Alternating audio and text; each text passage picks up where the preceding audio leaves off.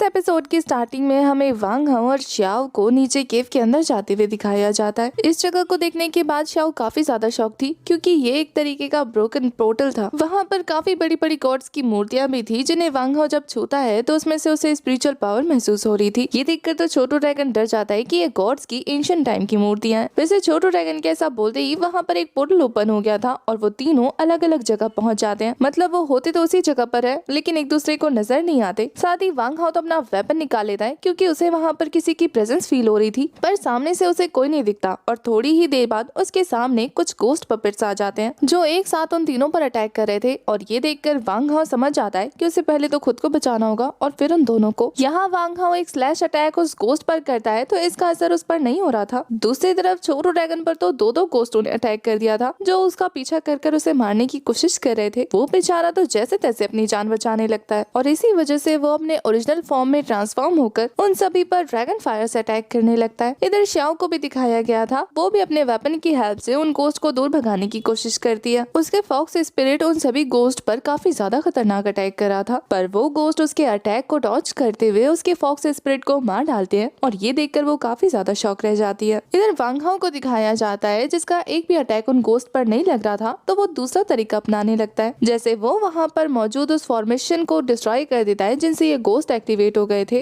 और ऐसा करने की वजह से वो गोस्ट अपने आप वहाँ से गायब हो गया था। इधर छोटू ड्रैगन जो अपने ड्रैगन फ्लेम से सब पर अटैक कर रहा था, इसका भी कोई फायदा नहीं होता और थोड़ी देर में वो अपने छोटू फॉर्म में आ जाता है। जहाँ अब तो वो गोस्ट जैसे ही उसे मारने वाले थे, वांग हाओ फटाफट से उसके पास आकर उसे बचा लेता है। जब वो गोस्ट श्याओ पर अटैक करने वाले थे तो वो वहाँ पहुँच कर भी उसे बचा लेता है। वैसे वांग हाओ के वहाँ से पहुँचने की वजह से वो तीनों गोस्ट भी एक साथ होकर उस पर अटैक करना शुरू कर देते हैं। वांग हाओ उनसे बचने के लिए अपने स्पिरिचुअल स्वॉर्ड का यूज करा था और ये स्किल्स उसने नहीं सीखी थी, जिसके अटैक के बाद वो गोस्ट वहाँ से गायब हो जाते हैं। और छोटू ड्रैगन पूछ रहा था कि तुमने बताया नहीं, तुमने ये कब सीखा? वांग हाओ का कहना था कि अभी अभी थोड़ी देर पहले उस गोस्ट से फाइट करते हुए। वांग हाओ यहाँ उस फाइनल फॉर्मेशन को डिस्ट्रॉय कर देता है जिसकी वजह से वो गोस्ट आ रहे थे। उसके डिस्ट्रॉय होने के बाद यहाँ श्याओ अजीब सा बिहेव करने लगती है, पर वो तो अपने कंट्रोल में ही नहीं थी और इस वजह से वो छोटू ड्रैगन को एक घुमा के चांटा देती है। जब वांग हाओ से संभालने की कोशिश कर रहा था तो वो उस पर भी अटैक करने की कोशिश करती है। तो यहाँ वांग हाओ को उसकी सोल को ट्रैप करने के लिए उस स्कल्पचर का यूज करना पड़ता है, जहाँ वांग हाओ उसके माइंड में जाकर देखता है कि असल में बचपन वाली श्याओ जब अपने पावर को कंट्रोल नहीं कर पा रही थी तो वो जाने अनजाने अपनी पावर को एक बीस्ट की फॉर्म में देखने लगती है और उसकी वजह से उसके आसपास जो बीस्ट आ रहे थे उन्हें वो ह्यूमन फॉर्म में देखकर खुद को मर्डर समझने लगती है। जब वांग हाओ उसके पास आता है तो वो उसे खुद से दूर रहने को कह रही थी, पर वांग हाओ उसे शांत कराते हुए बताता है कि उसके जो पावर है वो कोई मॉन्स्टर नहीं है बल्कि वो खुद है और साथ ही उसने जिसे मारा है वो असली मॉन्स्टर है। ये रियलाइज होने के बाद हमारी श्याओ नॉर्मल हो जाती है। श्याओ के होश में आने के बाद वो लोग सेकंड फ्लोर पर पहुंच जाते हैं, जहां जाने के बाद छोटू ड्रैगन को अपनी इतनी फिक्र करता देखकर श्याओ उसके गाल खींचना शुरू कर देती है। इसके बाद तो छोटू ड्रैगन और वांग हाओ मिलके वहाँ पे कोई क्लू ढूंढना शुरू कर देते हैं कि इस बिल्डिंग से कैसे बाहर निकले। इसी बीच श्याओ जब वांग हाओ को थैंक यू कर रही थी तो छोटू ड्रैगन को गलतफहमी हो जाती है कि वो उसे थैंक यू बोल रही है। उसे तो काफी ज्यादा गुस्सा आने लगता है और फिर वांग हाओ भी समझ गया था तो वो उसे रिलैक्स रहने को कह रहा था। जब वांग हाओ क्लू ढूंढने जाता है तो छोटू ड्रैगन कहता है कि देखो एक और लड़की तुम्हारे प्यार में गिर गई, और ये बात श्याओ ने सुन ली थी तो वो छोटू ड्रैगन की पिटाई शुरू कर देती है। यहाँ वांग हाओ अपनी आई ऑफ द स्काई का यूज करता है, जहाँ उसे एक कैंडल नजर आई थी, जिस कैंडल को जलाने के बाद वो किसी और जगह पर टेलीपोर्ट हो जाते हैं। यहाँ जाने के बाद उन्हें एक पर्सन की बॉडी नजर आती है, जिसे देखकर छोटू ड्रैगन बताता है कि ये एक तरीके के डेडली फॉर्मेशन में ट्रैप है। इस फॉर्मेशन में बंदा तब तक जिंदा रहता है जब तक कि उसकी बॉडी से एक स्पिरिचुअल पावर एब्सॉर्ब ना कर ली जाए। अगर ऐसी बात है तो फिर ये बंदा काफी लंबे समय से यहाँ पर ट्रैप है। वहाँ पर उन्हें काफी सारे मरे हुए लोगों का नाम भी नजर आता है। जहाँ छोटू ड्रैगन की बातें सुनने के बाद श्याओ कहती है कि क्या बात है, तुम्हें तो बहुत सारी नॉलेज है। वैसे छोटू ड्रैगन वहाँ पर लिखे हुए नामों से उन लोगों को पहचानने की कोशिश करा था, पर ये एंशिएंट लैंग्वेज उसे समझ नहीं आती, जैसे देखकर श्याओ उसका मजाक बनाने लगती है कि एंशिएंट टाइम के बंदे को एंशिएंट लैंग्वेज नहीं आती। तो छोटू ड्रैगन एम्परर ये पे गुस्सा करने लगता है कि उस बदतमीज की वजह से मेरी याददाश्त चली गई है, ना वो मेरी बॉडी लेता ना मेरी आधी याददाश्त गायब होती। इन्हीं सब बातों के बीच में जब वो लोग वहाँ से जाने की कोशिश करते हैं तो उनके जाने अनजाने में एक फॉर्मेशन एक्टिवेट हो जाती है और इसके एक्टिवेट होने की वजह से वो लोग जहाँ जहाँ भी जाते वहाँ पर स्पेसिफिकली उन पर अटैक होना शुरू हो जाता। जब ये बात श्याओ वांग हाओ से पूछती है तो वांग हाओ कहता है कि हमारे पैरों के नीचे एक सेंसर है जो हमारी जगह पता लगाने के बाद हम पर अटैक कर रहा है। वांग हाओ अपने थंडर स्वॉर्ड की हेल्प से उस अटैक कर रहे फॉर्मेशन को डिस्ट्रॉय कर चुका था, पर ऐसा होने की वजह से वहाँ पर और भी काफी सारे मल्टी फॉर्मेशन आ जाते हैं जो कि अब उन पर तेजी से अटैक करना शुरू कर चुके थे। ये अटैक बैक टू बैक हो रहे थे, जिन्हें देखने के बाद वो तीनों एक जगह हो जाते हैं जहाँ श्याओ वांग हाओ को प्रोटेक्ट करना शुरू कर देती है ताकि वो यहाँ से बचने का रास्ता ढूंढ सके। और दूसरी तरफ वांग हाओ अपनी आई ऑफ द स्काई का यूज करते हुए उस रियल फॉर्मेशन को ढूंढने की कोशिश कर रहा था, जिसके मिलते ही वो तो भागकर जाकर अपने स्लैश से उस फॉर्मेशन को डिस्ट्रॉय कर देता है। और ऐसा होने की वजह से वहाँ से बाकी सारे फॉर्मेशन भी गायब हो जाते हैं। पर इस वाले फॉर्मेशन के डिस्ट्रॉय होने की वजह से वो पर्सन जिंदा हो गया था, जिसे देख कर तो हमारा छोटा ड्रैगन और श्याओ काफी बुरी तरीके से शॉक हो जाते हैं। ये वाला बंदा काफी ज्यादा पावरफुल था जो एक ही झटके में 3 चेन्स को तोड़ देता है। वांग हाओ तो इसे देखकर समझ गया था कि एक तरीके का सोल पपेट है जो उस फॉर्मेशन के डिस्ट्रॉय होने की वजह से जाग चुका है। जब वो उस पर अपने आई स्लाइस लगाकर उसे रोकने की कोशिश कर रहा था तो उस बंदे को कुछ नहीं होता, बल्कि वो और भी तेजी से अटैक करने आगे बढ़ रहा था। ये देखकर जब श्याओ पूछती है कि ये बंदा तो मर चुका था ना और इसकी स्पिरिचुअल पावर भी नहीं है इसकी बॉडी में, फिर ये अटैक कैसे कर रहा है, तो वांग हाओ उसे समझाता है कि ये बंदा काफी ज्यादा पावरफुल था जिसके बॉडी के अंदर अभी भी सोल पावर मौजूद है और ये अपनी फिजिकल स्ट्रेंथ और सोल पावर की हेल्प से ऐसे अटैक्स कर पा रहा है। जो जानने के बाद तो छोटो ड्रैगन भी काफी ज्यादा शॉक था। वांग हाओ सोल पपेट को रोकने के लिए अपने थंडर फॉर्मेशन का यूज करता है, जहाँ इस फॉर्मेशन का अटैक भी उस सोल पपेट को रोक नहीं पाता। तो वांग हाओ सोल पपेट के अटैक से बचते हुए अपने पास से वो स्क्रप्चर निकाल कर अपने सर्वेंट्स को कहता है कि इसकी सोल को ट्रैप कर लो, और वो ऐसा ही करते हैं। उसे होल्ड करने के बाद ये सभी कह रहे थे कि मास्टर हम इसे संभाल नहीं पा रहे, इसकी पावर बहुत ज्यादा है। पर उस स्क्रप्चर की 5वीं सोल अपनी वेपन का यूज करते हुए उसको सप्रेस कर उसकी सोल को अपने साथ ले जाते हैं, और ऐसा होने की वजह से लास्ट में बस उस पर्सन की बॉडी रह गई थी जो वहीं गिर पड़ती है। छोटो ड्रैगन तो इस अटैक को देखने के बाद काफी ज्यादा खुश हो गया था। उस बंदे के खत्म होने के बाद वांग हाओ बताता है कि ये बंदा इतना ज्यादा पावरफुल था कि ये गॉड लेवल पर पहुंच चुका था। तो छोटो ड्रैगन ये सोचने लगता है कि ये जगह कितनी पावरफुल है कि ऐसे गॉड लेवल के बंदे को ट्रैप करके रखा हुआ था। यहाँ वांग हाओ थोड़ा सा परेशान नजर आता है क्योंकि उसने इस स्क्रप्चर के अंदर एक सोल को डाल दिया है। वो तो सोच रहा था इतनी पावरफुल सोल को इस स्क्रप्चर के अंदर डालकर कहीं उसने अपनी लिमिट को पुश तो नहीं कर दिया। पर अब वो इसके बारे में ज्यादा नहीं सोचता क्योंकि अब उसे आगे भी तो बढ़ना था ना, तो वो उन्हें लेकर आगे बढ़ना शुरू कर देता है। और इसी के साथ हमारा ये वाला एपिसोड जाता है खत्म।